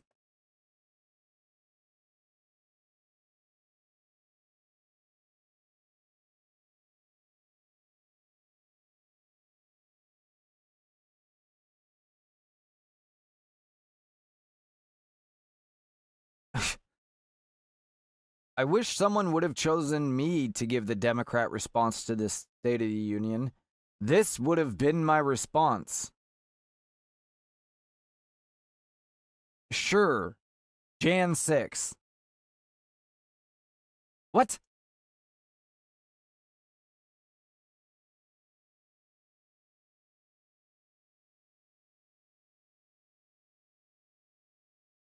I don't even know what to say to that.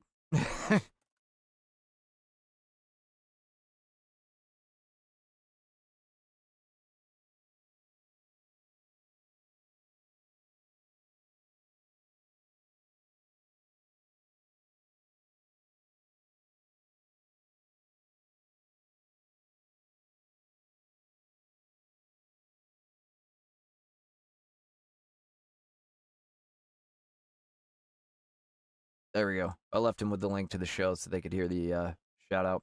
I honestly don't even know what, like... Okay, January 6th. What about it? Virginia Governor Abigail Spanberger. Oh, God.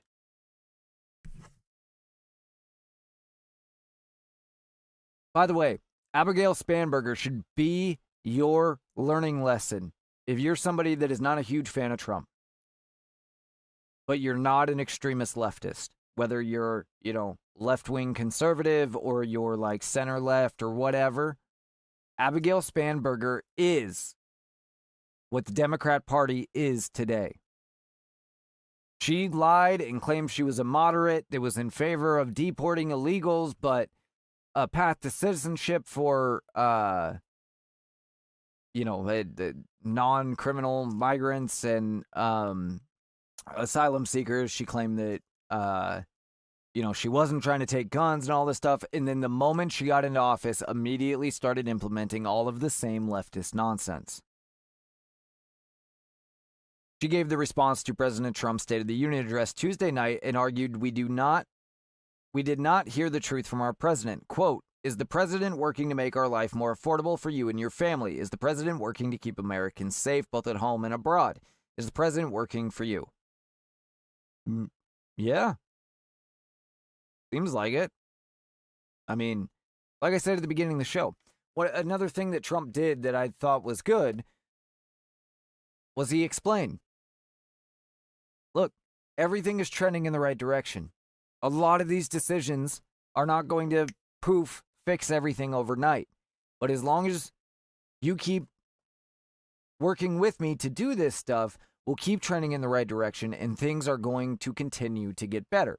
And as I pointed out, if you live in a leftist state, things don't feel all that great, but that's because leftist states are in such a state of disarray. They can't meet their budgets and they're having to continually jack up taxes in order to fix it. I mentioned gas under $2 a gallon in Texas, about $2.20 a gallon. Idaho, the state directly next to Washington, today in Washington State, I paid $4.29 in one of the cheapest cities in the state, by the way, to get gas. They also have added an income tax despite the fact it goes against our state constitution and they had to amend it to allow it, despite the fact that voters have rejected it 6 times. They added a wealth tax the last time around. They increased sales tax the last time around, as well as like 50 other taxes, including the cost of a background check on firearms. Every little tax has been increased. Let's listen to Abigail Spanberg and her response. We are gathered here in the chambers of the House of Burgesses. In 1705, the people of the Virginia colony gathered here to take on the extraordinary task of governing themselves. Before there was a Declaration of Independence, a Constitution, or a Bill of Rights, there were people in this room. The people who served here ultimately dreamed of what a new nation, unlike anything the world had ever seen, could be. The United States was founded on the idea that ordinary people could reject the unacceptable excesses of poor leadership, band together to demand better of their government, and create a nation that would be an example for the world. I really and hate this year, listening to Democrats. I really hate, hold on, I'll fix this real fast. I really hate listening to Democrats explain what America is or was trying to be, because they just can't help themselves but not tell the truth. It's fine if you picture a different vision for America in 2026 than the Founding Fathers did in 1776. But the history is very clear. The Founding Fathers, very clear. None of it's ambiguous. They were not leftist at all. In fact, they were extremist conservatives. Tell the truth. It's not hard. 250 years since America declared our independence from tyranny, I can think of no better place to speak to you as we reflect on the current state of our union.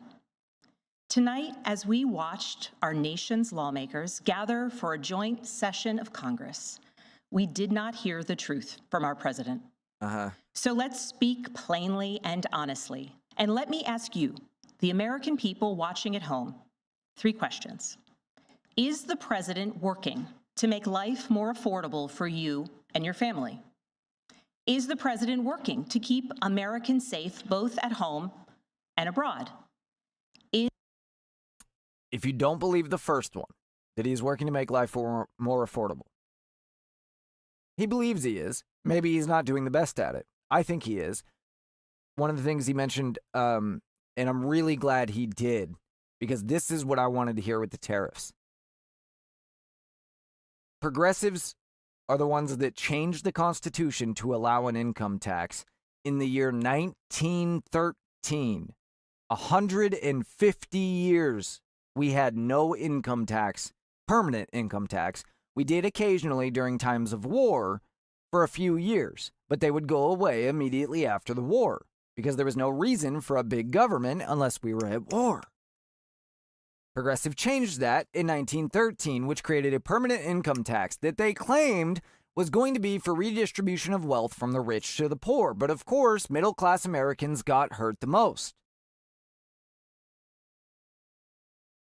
The way that we avoided those income taxes was primarily through business taxes and tariffs. I was all in favor of the tariffs if it did 2 things: protect American business and reduce the income tax or eliminate it completely. I've heard about protecting American business. I had not heard anything about the income tax because he needed to explain to the American people, yes, the tariffs in the short term are going to cost you more money. However, it will also mean an increase in your wages, along with deportations. That's going to help with increase in wages as well. And it's going to lead to more better jobs, more manufacturing jobs, and just more higher paying jobs in general. That takes time. It doesn't happen overnight. It's a long-term investment. The follow-up is the more money that we can account for in tariffs, the less we need from income tax revenue. And the ideal way would be for every dollar we bring in tariffs, we cut starting from the bottom, meaning the lowest earners, on taxes. And just keep, or I guess like this, just keep going like this until we've eliminated all of the income taxes. We also need to cut spending, period. That has to be done. What would be awesome is if we could get it to about here, where we've cut off where the bottom, 30% of earners or whatever are no longer paying income tax. The top 70% are paying less income tax. Our tariffs are making up for all of that difference. And in fact, are making up for most of the 70% too. And now the 70% can continue to pay income tax. We're funding the entire government off tariffs now. Only 70% are paying a lesser income tax than before. All of that money can go to paying off the debt. And as soon as the debt is gone, these taxes are gone. It's all tariffs and business taxes and things like that from there on. That would be the ideal scenario. But he at least mentioned that that was the ultimate goal. So I was proud to hear that. But even if you don't believe that he is making things more affordable, there is no question. And again, you don't have to believe that he's making the right decisions, but there is no question that Donald Trump is doing a better job of protecting American citizens abroad and from foreign threats than Biden was, than Obama was, than Bush was. There's no question about that. Trump is proven the most competent by far. You can say, oh, he's made enemies of our allies and stuff. Yeah, he has. But most of those people weren't acting like allies. And even if you don't like that, you still can't say that he hasn't done a better job at protecting American citizens, because he has. Is the president working for you? As I campaigned for governor last year, I traveled to every corner of Virginia, and I heard the same pressing concern everywhere. Costs are too high in housing, healthcare, energy, and childcare. In a blue state, I'm shocked. And I know these same conversations are being had all across this country. Because since this president took office last year, his reckless trade policies. Remember the video we watched on propaganda the other day? I need to set this up so I can play 2 videos at a time. Matter of fact, I should have. Oh man, did I get rid of it? Oh, I got rid of it.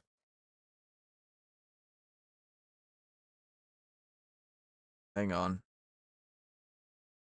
Nope.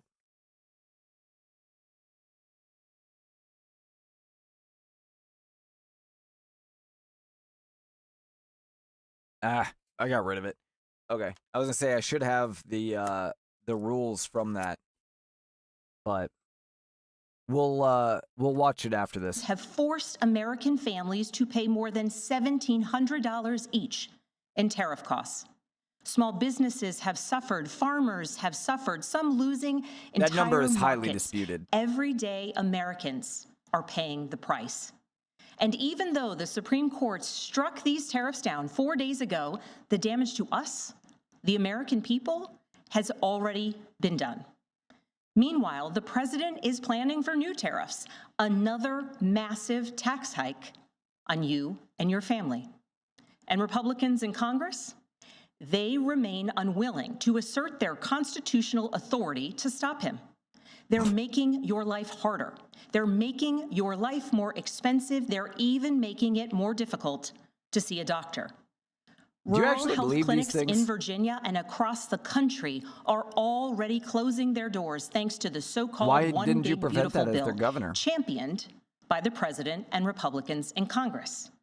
And tonight, the president celebrated this law the one threatening rural hospitals, stripping healthcare from millions of Americans and driving up costs in energy and housing, all while cutting food programs for hungry kids. I'm going to look that up real quick. But here in Virginia, I am working with our state legislature to lower costs and make the Commonwealth more affordable. And it's not just me. Democrats across the country are laser focused on affordability in our nation's capital and in state capitals and communities across America. In the most innovative and exceptional nation in the history of the world, Americans deserve to know that their leaders are focused on addressing the problems that keep them up at night. Problems that dictate where you live, whether you can afford to start a business, or whether you have to skip a prescription in order to buy groceries. So I'll ask again, is the president working to make life more affordable for you and your family? We all know the answer is no. Oh, do we? I grew up in a house of service. My mother was a nurse, and my father was a career law enforcement officer. Nobody cares. See what she's doing right now? I'm the everyman, right? I'm just like you. That doesn't mean anything. That doesn't mean that you didn't go off to college and become a socialist radical.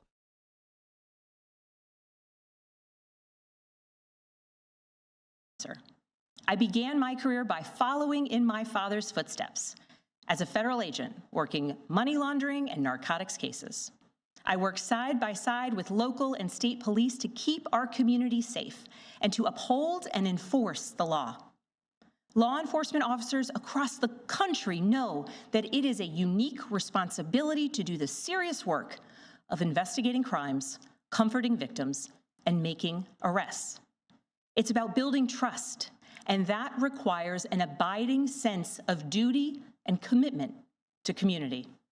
And yet, our president has sent poorly trained federal agents into our cities, where they have arrested and detained American citizens and people who aspire to be Americans.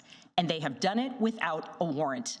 They have ripped nursing mothers away from their babies. You don't need a warrant to detain people that have committed a crime.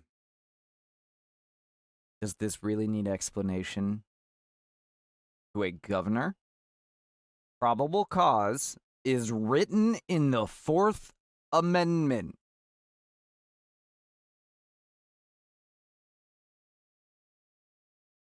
Go to my American Bible here. Amendment 4. The right of the people to be secure in their persons, houses, papers, and effects against unreasonable searches and seizures shall not be violated, and no warrant shall issue, but upon probable cause, supported by oath or affirmation, and particularly describing the place to be searched and the person or things to be seized.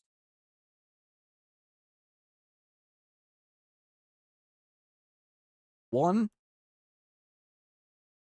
it gives a prescription for warrants from a judge.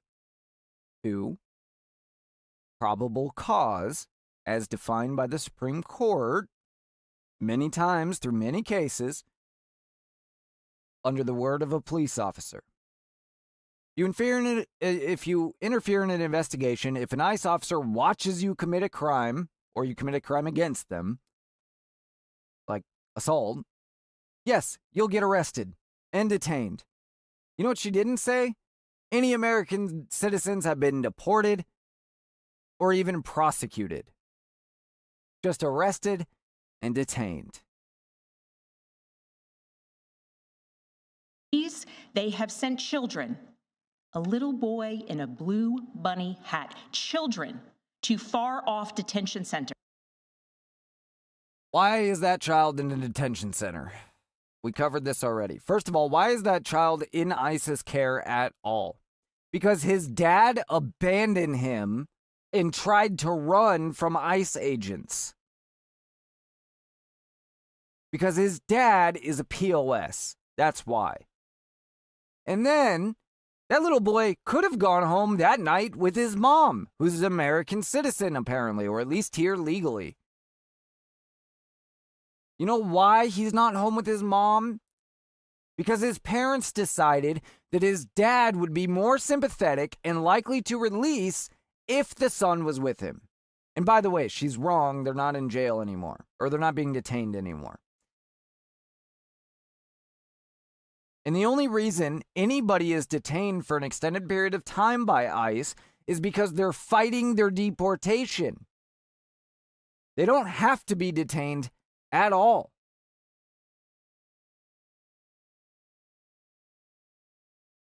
Sorry, just a second. I'm getting a text.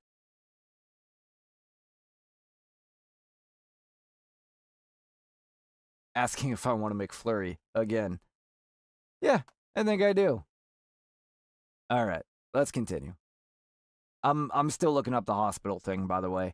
Apparently, there have been a couple rural hospitals in Virginia that closed. I'm trying to dig into and find out what the real reason is. And they have killed American citizens in our streets. And they have done it all with their faces masked from accountability. Every minute spent sowing fear is a minute not spent investigating apparently murders, there haven't crimes been any against that children, closed. or the criminals defrauding seniors of their life savings. Our president told us tonight that we are safer because these agents arrest mothers and detain children. No, because of the thousands and thousands of criminals they've arrested and detained, you jack. Oh. How does anybody listen to this and not lose their ever-loving mind? Even if you disagree with some of the Americans that have been arrested for interfering with these investigations, I don't, but even if you did, fine. You still can't be dumb enough to believe we're not safer for the thousands of criminals that have absolutely been arrested. Even if you think, well, there's some other people that shouldn't have been arrested. Fine. We're still safer because thousands of criminal rapists, murderers, child molesters, etc. have been arrested. And we know they have. She knows they have. Think about that. Our broken immigration system is something to be fixed, not an excuse for unaccountable agents to terrorize our communities.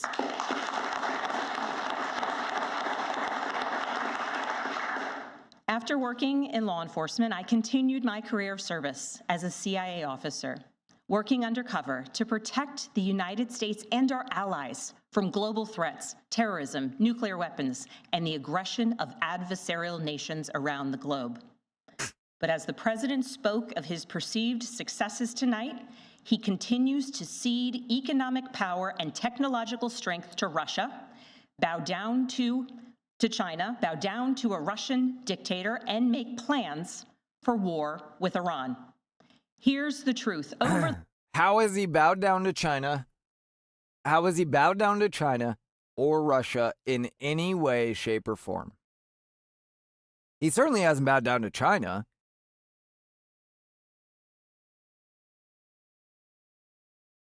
How has he bowed down to China or Russia in any way? I'm listening. I'm awaiting your guys' responses. If you comment, I will see it. Otherwise, JBU@USA.com. You can message me there. The last year through DOJ, mass firings, and the appointment of deeply unserious people to our nation's most serious positions. Oh, deeply unserious. Our president has unserious. endangered the long and storied history of the United States of America being a force for good. So I'll ask again, is the president working to keep Americans safe, both at home and abroad? We all know the answer is no. In his speech tonight, the president did what he always does. He lied, he scapegoated, and he distracted. And he offered no real solutions to our nation's pressing challenges. So many of As which you're clearly he is doing right now. actively making worse. What solution has she He tries offered? to divide us. He tries to enrage us, to pit us against one another, neighbor against neighbor. And sometimes he succeeds. And so you have to ask, Who benefits from his rhetoric, his policies, his actions, the short list of laws he's pushed through this Republican Congress? Somebody must be benefiting. He's enriching himself, his family, his friends. The scale of the corruption is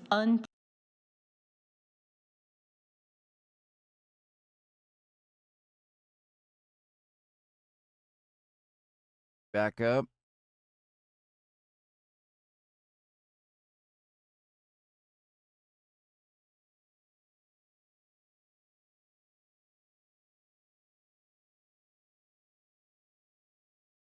his family, his friends.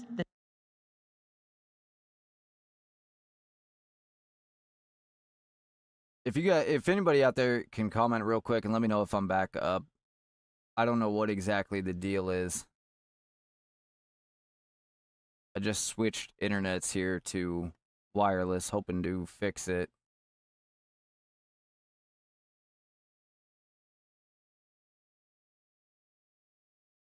But I'm not getting his family, his friends. A straight answer here.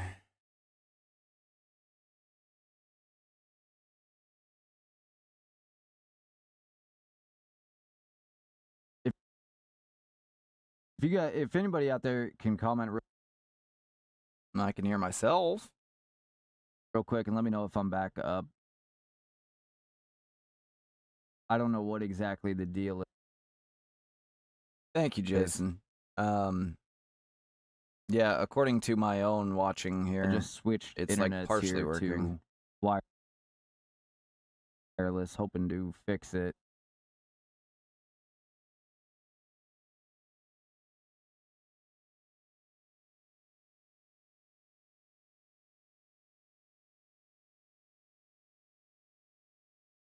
All right, I got one more thing I can try here.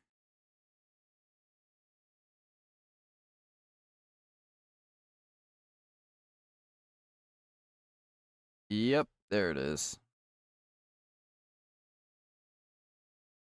I don't know, it does that all the time.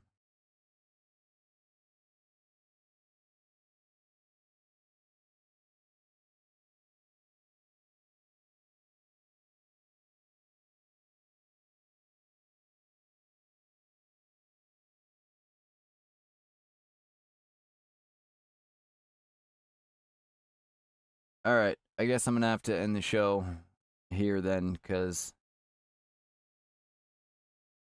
it doesn't seem to matter what I'm doing. It's just not fixing itself. That's unfortunate. All right, we'll pick this back up tomorrow. I will start with the Abigail Spanberger thing over, and we will just go from there, because this doesn't look like it's coming back at all. So that sucks.